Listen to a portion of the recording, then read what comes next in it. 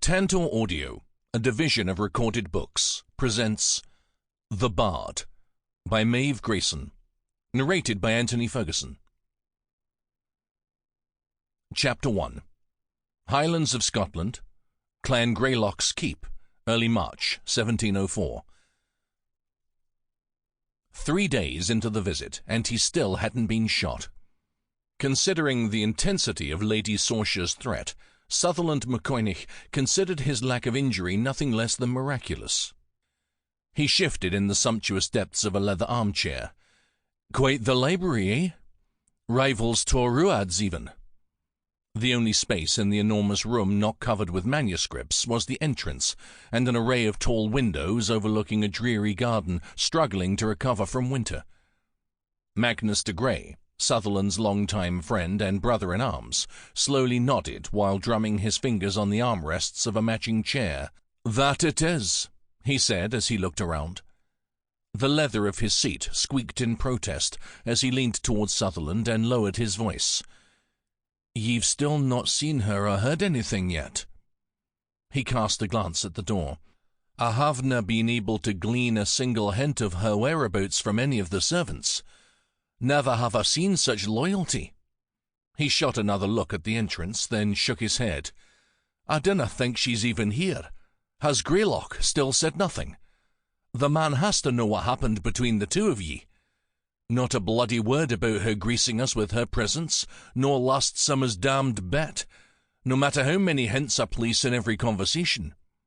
Sutherland rose, angled his chair to better face the entry to the library, then sat back down.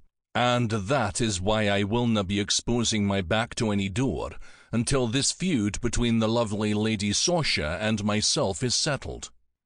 The chieftain of Clan Greyloch had been agreeable enough at the prospect of a meeting to discuss business between the two clans. The congenial man had even welcomed them as though no undercurrent of hostility existed.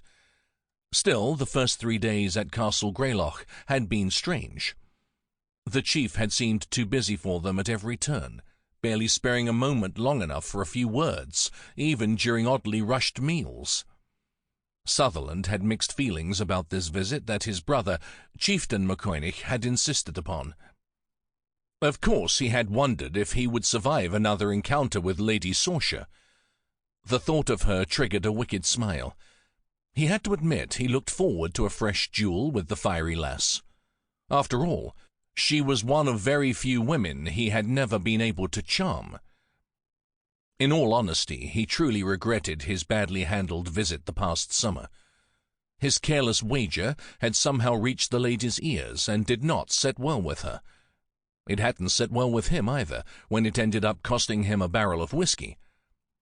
Lady Sorcha's promise to shoot him if he so much as rode past Castle Greyloch's gates again was disappointing as well.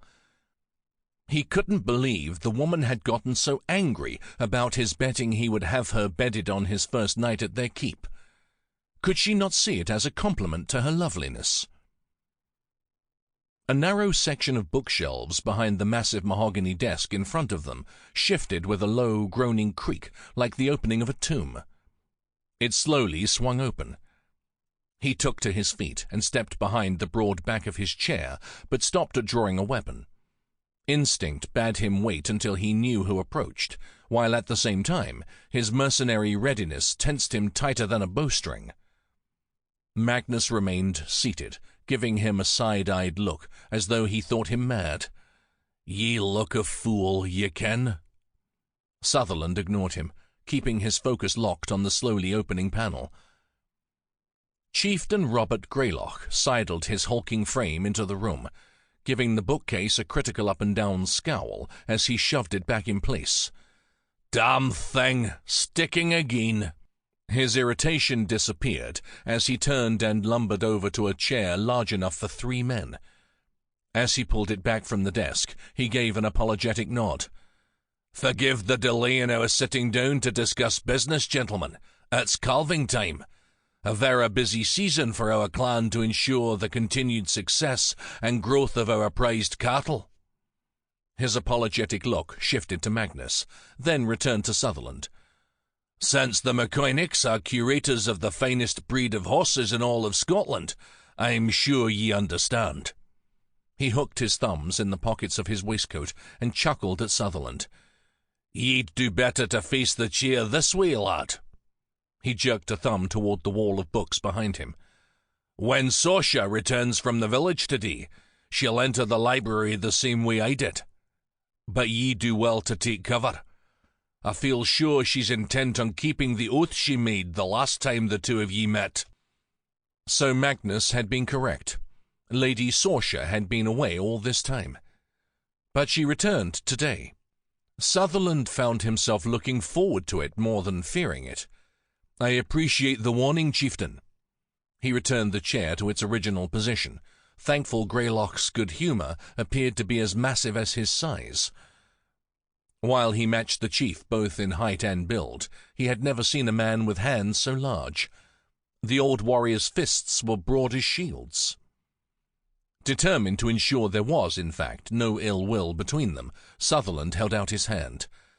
"Since we are finally speaking openly about the matter, allow me to extend my apologies regarding my behaviour last summer." He twitched a shoulder, feeling a bit like a lad confessing about something he knew he shouldn't have done. "I meant no harm or insult to the lovely Lady Sorcha, but I do regret behaving in such a roguish manner."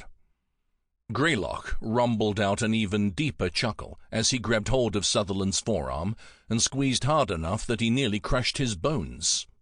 "I accept your apology, sir, but dinna fash yourself." He winked, still holding tight to Sutherland. "My daughter can take care of herself quite well, and I understand your position completely. There once was a time when I was known to throw down a wager or two when it came to a challenging conquest." Directing Sutherland to sit, he took his own chair. A glint in his eye, he settled back, stroking his closely cropped beard. "But all jests aside, ye would do well to tread lightly around her when she arrives. I fear she possesses her mother's fire and tendency to foster a grudge. Forever." All levity left him as his silvery head tipped forward. "God rest her soul," he added quietly. God rest her soul indeed. Sutherland wasn't quite certain what to say next. When last they had visited, he'd realized the rumors about the great love Chieftain Greyloch and his wife had shared were not rumors but truth. The man still seemed as stricken with grief as he had last summer. "It's been well over 2 years now since that damned accident robbed me of my lady love." Greyloch shifted, heaving out a deep sigh as he scrubbed a hand across his face. He sat taller and looked at each of them with a strained smile. "But we must try and move on, eh?" Sutherland wished he could ease the man's lingering pain, but all he could do was provide a distraction. "Aye, Chief, and while Clan MacCoinnich's losses canna begin to compare with your own, we're attempting to move on from our own sorrows as well." "I heard of the Neil uprising." Greyloch leaned forward, resting his forearms on the desk. "Shameful ungratefulness after all the MacCoinnich did for that clan. Prospered it well beyond what old Neil would ever have done." The intensity of the man's stare tightened like an arrow about to be released. Chieftain Greyloch must be getting on in years, but nothing about the man appeared diminished in any way.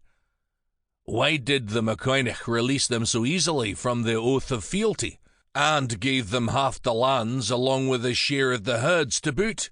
The man actually gave them the glens to the south, those fine glens abutting the Campbells." "Aye, sir, but it was a complicated matter, ye ken." Sutherland wasn't about to lay out his brother Alexander's choices, and the whys of them to the chieftain. The ending of the feud with the Neils had come at great cost, but the decisions made had been necessary, not only for the good of the clan, but for the protection of the MacCoinnichs politically.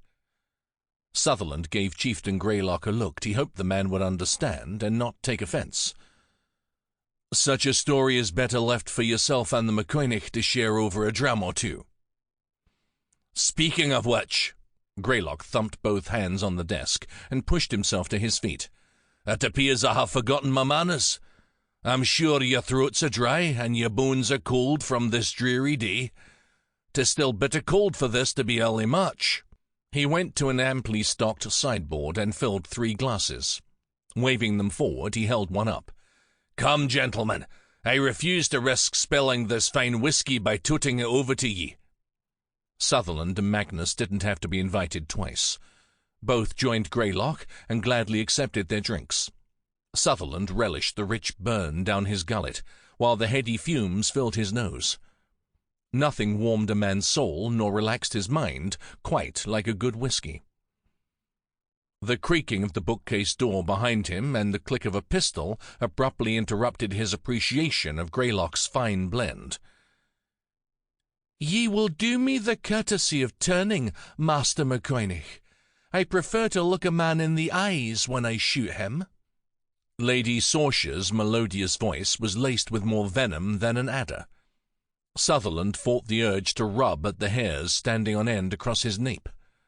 Instead, he downed the rest of his drink in one gulp and returned the glass to the sideboard. He had been warned more than once that his womanizing ways would be the death of him. He reckoned death by the hand of a beautiful lass was as good a way to go as any. Slowly turning, he held out his arms. Might as well provide the lady with a broader target. He came close to stumbling as he faced her. May the heavens help him. The woman was still lovely as hell, even with a pistol pointed at his chest. Tall and slender as a graceful willow, with long hair the color of a red deer's newly born fawn. Eyes a startling greenish gold, honed in on the sighting of her prey. Lady Sorcha Greyloch possessed a fierce, untamed beauty. She was definitely more intoxicating than any drink. "Would ye grant me one last request, dear lady?" "Why should I?" Fire and fury flashed from her. What passion this bonny lass possessed! Damnation, he wished she didn't feel so ill toward him. What he wouldn't do for a chance to win her over. Perhaps he might accomplish it yet. After all, as long as he wasn't dead, there was hope. With a contrite dip of his chin, he took a step forward, keeping his arms extended. "Aye, my dearest lady, ye speak the truth of it. Ye are in no way bound to grant me a last request, but still, I beg ye to search what I'm certain is your generous nature, and choose to hear me out, even though I am so undeserving." "Come now, daughter," Chieftain Greyloch urged, utterly failing at hiding his amusement. "It wouldna be Christian to shoot the man without hearing him out." He moved to stand beside Sutherland. "Be a good lass now, and let the man speak his piece, eh?" Weapon steady and still levelled at her target, Lady Sorcha's eyes narrowed even more. Sutherland could tell she knew her father thought this all a jest. He prayed she wouldn't kill him just to prove the man wrong. After a few moments, she gave a regal nod. "Speak your request, then. But know this, just because I hear it doesna mean I shall grant it, ye ken." Just to buy himself a bit more time, and maybe even a tad of the lass's favour, Sutherland dropped to one knee.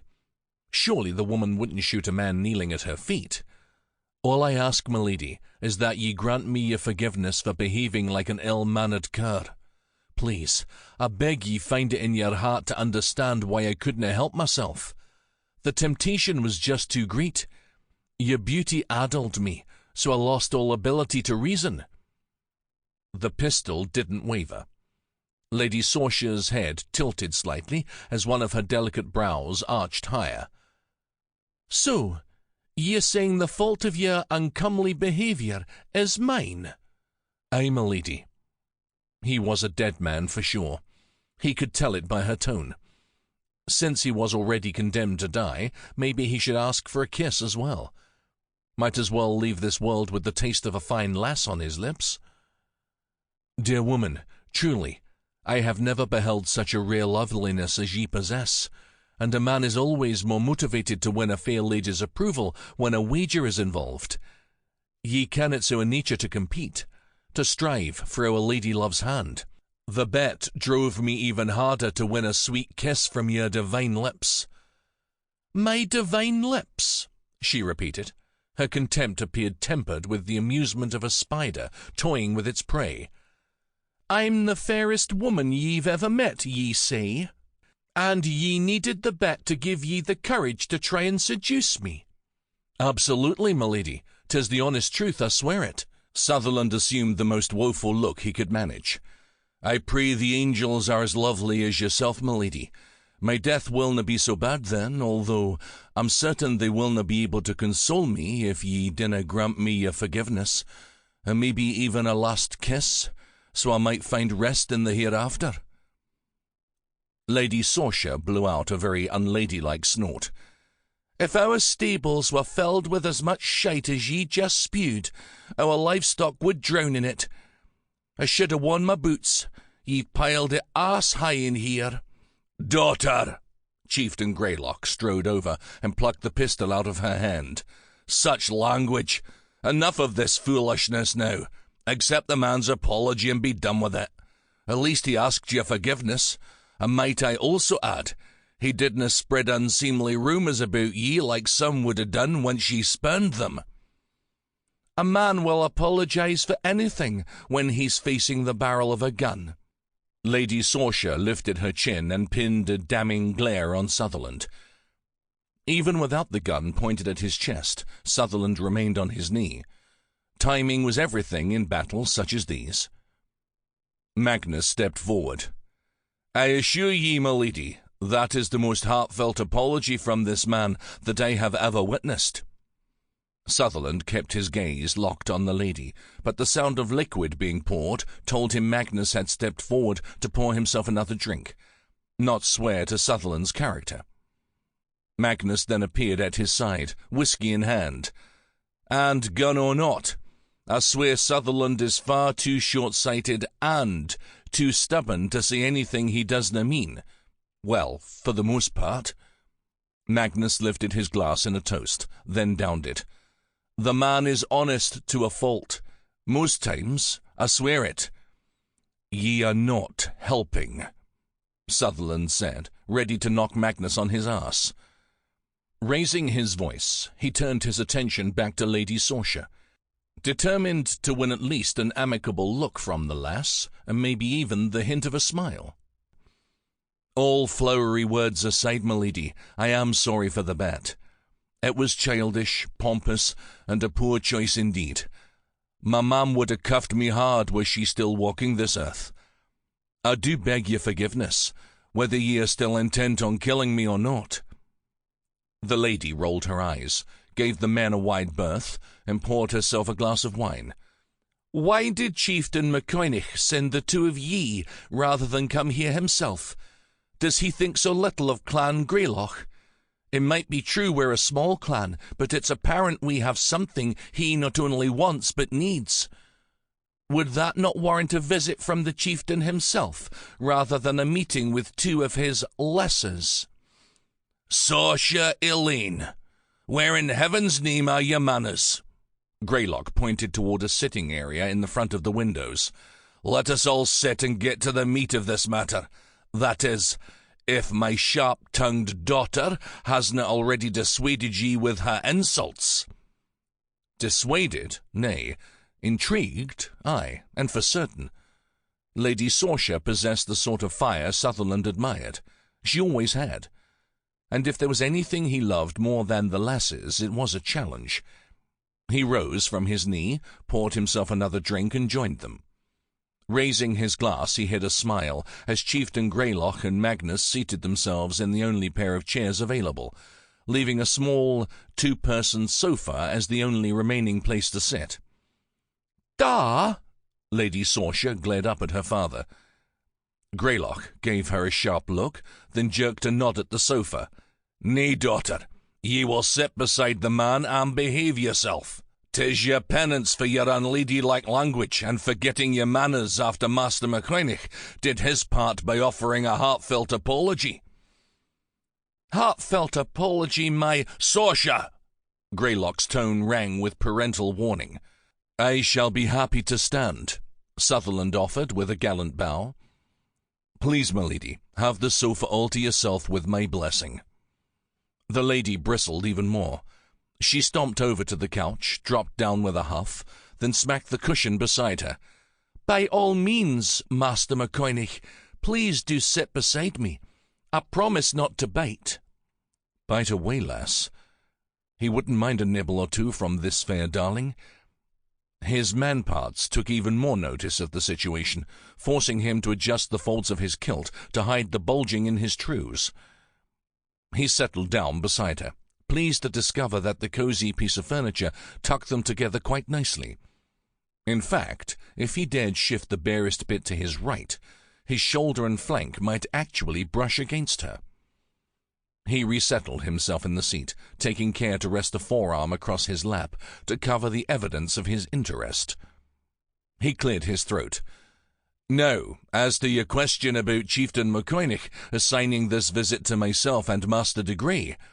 "Aye," Lady Sorcha encouraged with a defiant glare. "Rest assured that Chieftain MacCoinnich holds Clan Greyloch in the very highest esteem." He paused, glancing over at Chief Greyloch to ensure the man knew he wasn't just dancing about and flattering with words to make peace with the man's daughter. "The size of a clan doesn't guarantee its greatness. It is a clan's courage and honour that matters." He looked back at Lady Sorcha and smiled. "It hasn't been so many years since Clan MacCoinnich's ranks were decimated to less than a dozen. But we didn't give up after the morbid sore throat tried to kill us all. We pushed onward and fought hard to get where we are today, even survived the massacre at Glencoe. We sense that same courage and honour in Clan Greyloch, and we are proud to call ye allies." "Be that as it may," Lady Sorcha gave a graceful nod, paired with a sly smile, "ye didna answer my question. Why are ye here rather than your chieftain?" Sutherland held his breath to keep from laughing aloud. Bless his soul, she was a stubborn minx, and he loved it. "I know horses and their needs far better than my brother. Alexander shines when it comes to planning battles, but when it comes to the precious breed that all of Scotland craves, Alexander only knows which end eats and which end shites." By all that was holy, had the lady actually almost smiled? Not wishing to lose any progress he might have made with the enchanting mistress of Castle Greyloch, Sutherland turned his attention back to her father. "This is why I am here rather than Alexander. Our stable master and I are in agreement. The glens remaining within Clan MacCoinnich's borders are not large enough for our stock. Without more grazing choices, we'll not be able to increase the herds as we had planned. Grazing rights on Clan Greyloch's lands would help us to continue the growth we had hoped to achieve over the next few years." Greyloch didn't respond. Instead, the intensity of his glare sharpened as he locked eyes with his daughter. Lady Sorcha gave the slightest shake of her head. "Ye wish us to turn over our lands to the MacCoinnich herds?" the chief clarified. "When ye ken as well as I that your herders will accompany your horses, and could very well interfere with the effective grazing of our own prized Highland cattle. Is this your poor attempt to expand your borders and swallow up Clan Greyloch like ye did Clan Neil?" This time it was Magnus's turn to give a warning shake of his head in Sutherland's direction. The silent signal advised that words needed to be chosen with care and not allow tempers to speak. Sutherland dipped his chin in acknowledgement that the message had been received, but Magnus's warning was unnecessary. Chieftain Greyloch's inquiry was valid. Sutherland expected no less from the man. "We would never attempt such, sir. Our solicitor would draw up a document stating our full intent for the benefit of both clans that would also offer Clan Greyloch a percentage in the profits from the sale of any herds rotated through your lands. That should ease some of their doubts. MacCoinnich horses brought a dear price, and buyers travelled from far and wide to purchase the much sought-after breed." "What percentage?" Lady Sorcha asked. He had wondered how long she'd be able to remain quiet. She had fidgeted beside him like a worm in hot coals. Lady Sorcha was not a woman content to sit quietly and keep her thoughts to herself. Curious, he decided to see just how much she would say instead of allowing her father to negotiate the agreement. Just a wee test, to see if this lass was as clever as she was beautiful. Rumours hinted that it was she who truly ran the clan. The whispers had also claimed her father was too addled with age to handle the duties of a chieftain. Sutherland barely controlled his amusement at that idiocy. Chieftain Greyloch was definitely in full possession of his faculties. Rumours of his weaknesses were false, and probably a sham propagated by the chief himself out of craftiness. So, what of the rumour about Lady Sorcha's assistance with controlling the clan? 20%, Sutherland said, in a tone that dared her to argue. Alexander had given him permission to go as high as 50, but they didn't have to know that, at least not yet. She gave him a look that said he could go straight to hell. Preposterous! Ye mean to have your horses clip our pastures clean, and only offer us 20%? Nay, I say, keep your beasts on your own land, or risk getting shot. He warmed even more to the game, daring to shift so close. The delicious heat of her caressed his thigh. I am quite open to negotiation, milady. What do ye propose? Her gaze dipped to the lack of space between them, but she held her ground, even dared to scoot closer, so the length of her fine long leg pressed firmly against his. Damnation! The woman was trying to kill him. He resettled his arms across his lap to conceal his admiration that was growing stiffer by the minute. 65%, she said, pausing for a sip of her wine. Lowering her glass, she graced him with a calculating smile. Whilst horses and cattle graze in different ways, the herds will have to be managed carefully to prevent stripping the land bare and rendering it useless for either of them. Not only will we be sharing our land, but it will also take more of our herders to ensure the animals are moved properly from glen to glen without issue. 40%. Maybe if he made her negotiate longer, she would move closer still. Lord Almighty, what he wouldn't give to get her into his lap. She didn't blink those gorgeous eyes of hers that had shifted to a piercing golden shade rather than the earlier hazel green. 70%. Daughter! Chieftain Greyloch barked out the word, but Lady Sorcha held up a finger to silence him without breaking her gaze from Sutherland's. What say ye, Master MacCoinnich? I say ye are going the wrong way, my lady. Emboldened by her daring, he took her hand and lifted it for a kiss. 50%, and the finest colt born to the herd this spring belongs to ye personally.